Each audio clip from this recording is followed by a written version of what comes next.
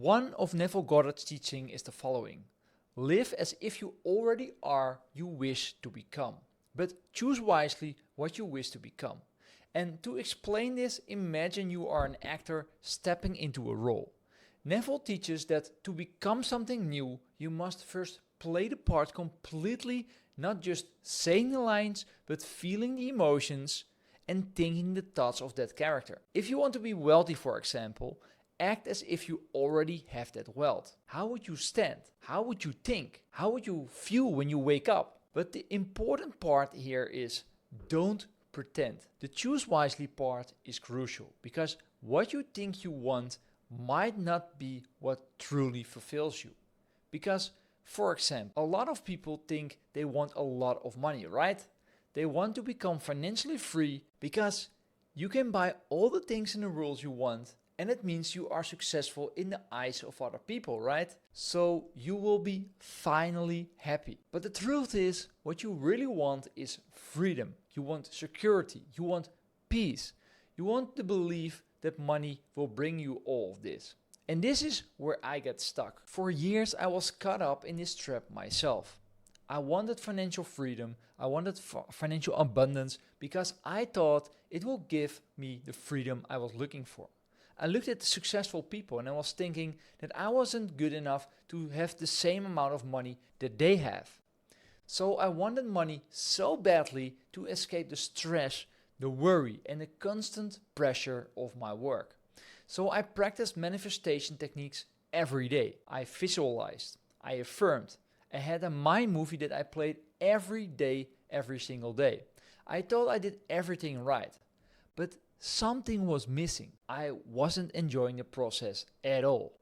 Each day became another exercise in striving, in not being enough yet, in focusing on what I lacked. I was so fixated on becoming financially free that I put myself in a different kind of jail.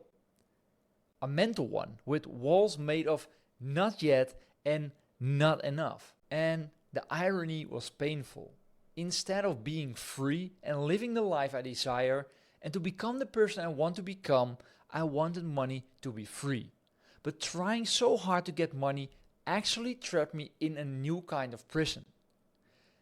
I didn't feel free at all and I was not enjoying my days because I was focusing on what I didn't have. And this is when it really hit me hard.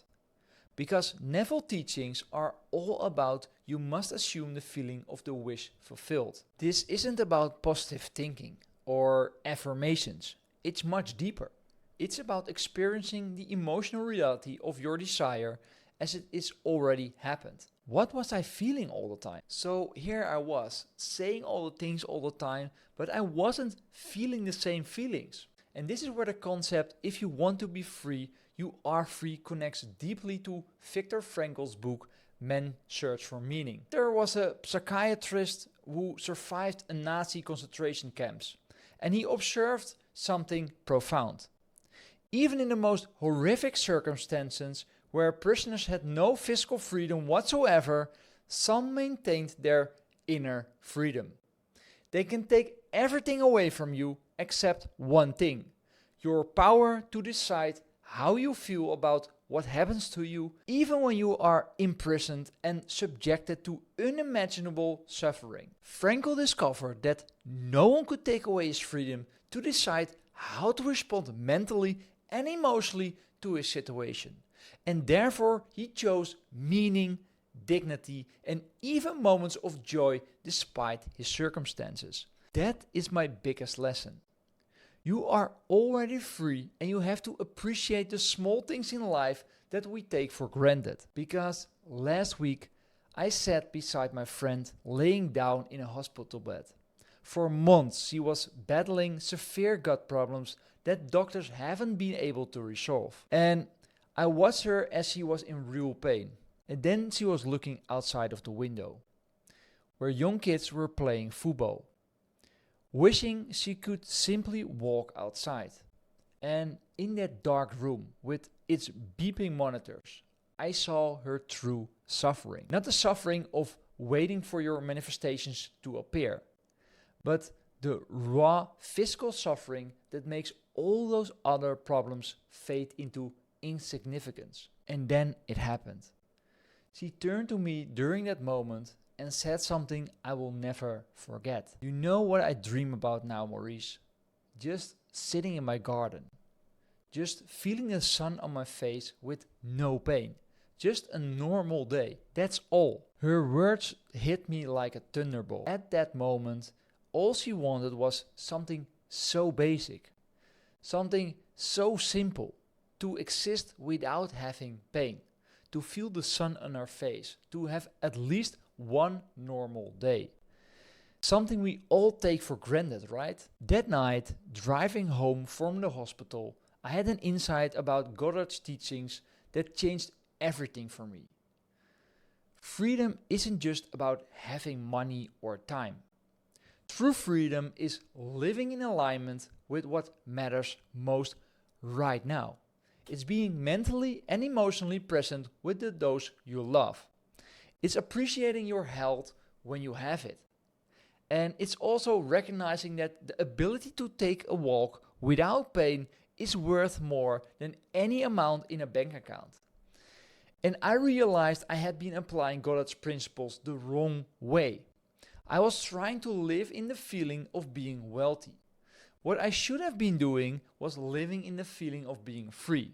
Free in the deepest sense. And the most important part is, what I have learned is to appreciate what you have right now and enjoying the process. So what does it mean to live as if you are already who you wish to become when what you truly wish to become is free? It means being present with the people you love, not distracted by thoughts of what you don't have yet. It means finding joy in simple pleasures, the kind my friend in the hospital was longing for. It means recognizing that if you are sacrificing your peace, your health, or your relationships on the altar of future abundance, you are missing the point entirely. And most importantly, it means enjoying the process. Because if you are trying to manifest freedom while living in a self-imposed mental prison of stress and constant striving, you've already failed at being the person you want to be. Freedom isn't a destination, and this is really important. Freedom is not just something that arrives after you reach a certain number in your bank account. Freedom is a state of being that you can choose right now. And I've worked with enough millionaires to know that a lot of money isn't going to bring happiness. So here's the message I want to leave you with. Live as if you are already who you wish to become, but choose wisely what you wish to become. If it's freedom you are after, remember that freedom is not just external circumstances. It's an external state. And then simply enjoy the process, because life is happening right now, not when you achieve your next goal. If you are not enjoying the journey, you have missed the point of freedom entirely. And my friend in that hospital bed told me the most important lesson: to breathe without pain, to walk in the sun, to hug those we love. These are the true treasures of life. When you live from that place of gratitude, and when you assume the feeling of already being free in the way that truly matters, everything else, including financial abundance, will follow. So if you like this message, don't forget to subscribe to see future videos. See you in the next video.